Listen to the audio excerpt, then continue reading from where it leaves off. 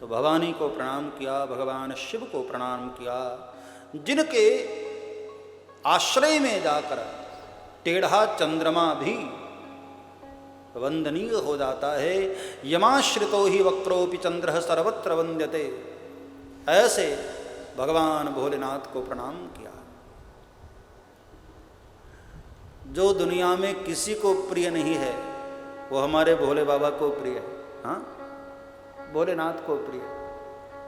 भांग धतूरा कौन पूछता है? हाँ, भोलेनाथ उसी को पूछते हैं।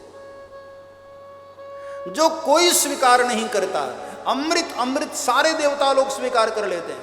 दुनिया में जिसको अमृत मिले कौन स्वीकार न करे, लेकिन भोलेनाथ कहते भैया मुझे अमृत नहीं जहर ला कर दे दो, हम उसी में प्रसन्न हैं। ऐसे हमारे भोलेनाथ। दुनिया की सारी ऐसी चीजें जो किसी को पसंद न आए वो सब भोलेनाथ की शरण में।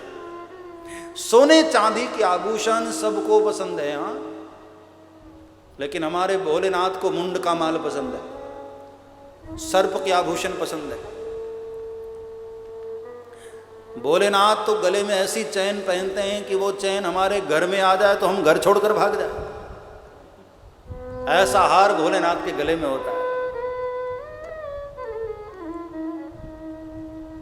यमाश्रितो ही वक्रोपि चंद्र सर्वत्र वंद्यते, टेढ़ा चंद्रमा भी जहां जाकर वंदनीय हो जाए, ऐसे हमारे भोलेनाथ, ऐसे भोलेनाथ को प्रणाम किया।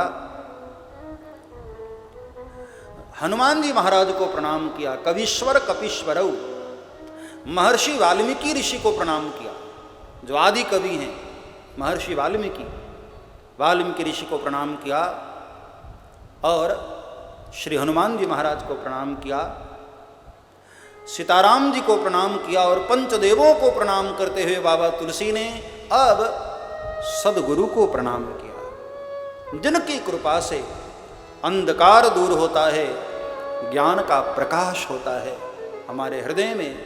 ऐसे सदगुरु को प्रणाम किया बाबा तुलसी ने। वंदहु गुरु पद पदुम परागा, वंदहु गुरु पद पदुम परागा, वंदहु गुरु पद पदुम परागा, वंदहु गुरु पद पदुम परागा, सुरुचि सुवास सरस अनुरागा, सुरुचि सुवास सरस अनुरागा, सुरुचि सुवास सरस अनुरागा, सुरुचि सुवास सरस अनुरागा, सुरुचि सुवास सरस अनुरागा, सुरुचि सुवास रस अनुरागा। अमीय मोरी में धूरन तारो, समन सकल भव तुज परिवारो, अमीय मोरी में धूरन तारो, सुरुचि सुवास सकल परिवारो, वंदहु गुरु पद पदुम परागा, सुरुचि सुवास सरस अनुरागा, वंदहु गुरु पद पदुम परागा, सुरुचि सुवास अनुरागा। बाबा तुलसी ने सदगुरु को प्रणाम किया, जिनकी कृपा से हमें ज्ञान प्राप्त होता है। देखो, जब तक ज्ञान नहीं तब तक जीवन में शांति नहीं। भगवान श्री कृष्ण भगवद गीता में कहते हैं ज्ञानम लब्ध्वा परम शांति। किसी भी वस्तु का ज्ञान हो जाए तब शांति मिल जाती है। और एग्जाम्पल आपको बताऊं, आप कहीं जा रहे हों, किसी घर के बाहर से आप गुजरें और उस घर के बाहर एक बोर्ड लगा हो, अंदर देखना मना है,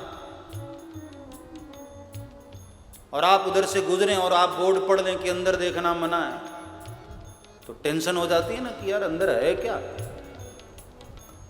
क्यों मना है? हाँ,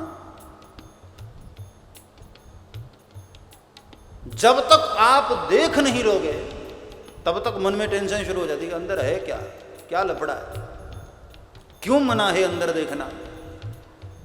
तो आप इधर उधर से ताक झांक करने की कोशिश करते हो, पूरी उत्सुकता रहती कि अंदर है क्या, और जैसे ही अंदर आपने देखा कि कुछ भी नहीं, खाली खाली है ऐसा, वो टेंशन चली जाती है। हाँ, बड़ी संतुष्टि मिलती है कि हाँ हमने जान लिया, अंदर जो भी है हमको पता है। संसार के विषय में जब तक हम अनभिज्ञ हैं तभी तक बहुत सारी मुसीबतें, जब ज्ञान होता है तो बड़े बड़े ज्ञानी महापुरुषों को ना तो सुख होता है न दुख होता है, न कोई टेंशन, न कोई राग, न कोई रोष, हर वक्त आनंद में रहते हैं, हर वक्त मस्ती में रहते हैं। क्या कारण है? सिर्फ उनका ज्ञान। एक बात नितांत सत्य है, जो जितना ज्यादा ज्ञानी होता है उतना ही ज्यादा सुख दुखों से वो परे होता है। इसलिए जीवन में जरूरी है ज्ञान, और ज्ञान कहां मिलता है? सद्गुरु की कृपा से। बिना महत पादर जो विषय कम, किसी महापुरुष के चरणों में बैठे बगैर ज्ञान नहीं मिलता है। एक बात मैं और स्पष्ट करूं, किताबों को पढ़ना वो नॉलेज है, जानकारी है, वो ज्ञान नहीं है। ज्ञान भीतर का विषय है, ज्ञान बाहरी किताबों में नहीं। विद्वता अलग चीज है और ज्ञानी होना अलग चीज है। ज्ञान आता है तब हमारा सुख दुख हम पर हावी नहीं होता है, सर्वत्र परमात्मा की अनुभूति होने लगती है, उसको कहते हैं ज्ञान।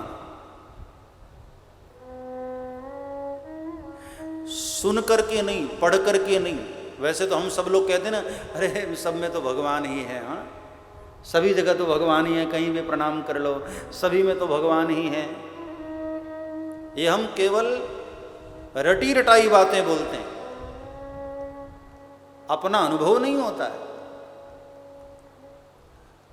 अब जैसे यहाँ कथा हो रही है, एक महात्मा कहीं कथा करने गए तो उन्होंने कथा में एक दिन कहा कि हरि व्यापक सर्वत्र समाना, भगवान सभी में व्याप्त हैं, समान रूप से व्याप्त हैं।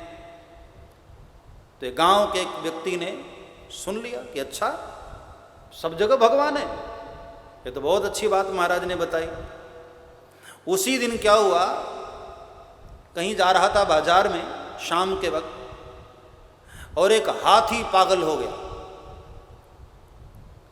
और हाथी पागल होकर के मार्केट में चला आ रहा है। उसके ऊपर जो पहलवान बैठा था उसने कहा, अरे भैया हट जाओ, सब लोग हट जाओ, ये हाथी पागल हो गया है, सब यहां वहां हो जाओ।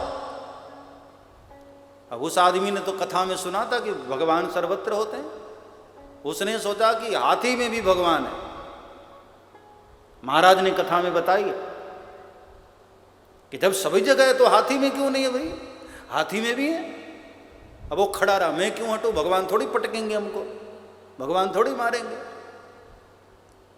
और ऊपर से बैठा हुआ पहलवान कहता रहा, अरे ओ पागल भाई हट जा, ये हाथी पागल हो गया है, हट जा, साइड हो जा। मान ही नहीं रहा। अरे बोले ऐसे कैसे भाग जाऊं भाई, भगवान है इसमें। इतने में हाथी आया और सूंड से उठा करके पटका, हड्डियां कई जगह की टूट गई, हॉस्पिटल पहुंच गया। 3 महीने लगे बेचारे को ठीक होने में। 3 महीने में ठीक हो गया तो सीधे वहां से निकलकर बाबा जी के पास गया। बोले महाराज अब कथा में जिंदगी में कभी कहना मत कि भगवान सर्वत्र हैं, मैंने अनुभव कर लिया ठीक से, कहीं भगवान नहीं है, केवल मंदिरों में बैठे हैं वो। आपने कहा था ना कि सर्वत्र परमात्मा है, तो हाथी में क्यों नहीं थे? हाथी ने उठा करके पटक दिया, भगवान कहीं हड्डियां तोड़ते? उस महात्मा ने कहा पूरी घटना मुझे बता। बोले महाराज आपने कथा में कहा ना कि हरि व्यापक सर्वत्र समाना। मैं बाजार गया, वहाँ एक हाथी पागल हो गया, वहाँ ऊपर बैठा हुआ उसके ऊपर जो पीलवान था वो कह रहा था कि भाई साइड हो जाओ, हाथी पागल हो गया है। मैंने सोचा मैं क्यों भागूं, इसमें तो भगवान है।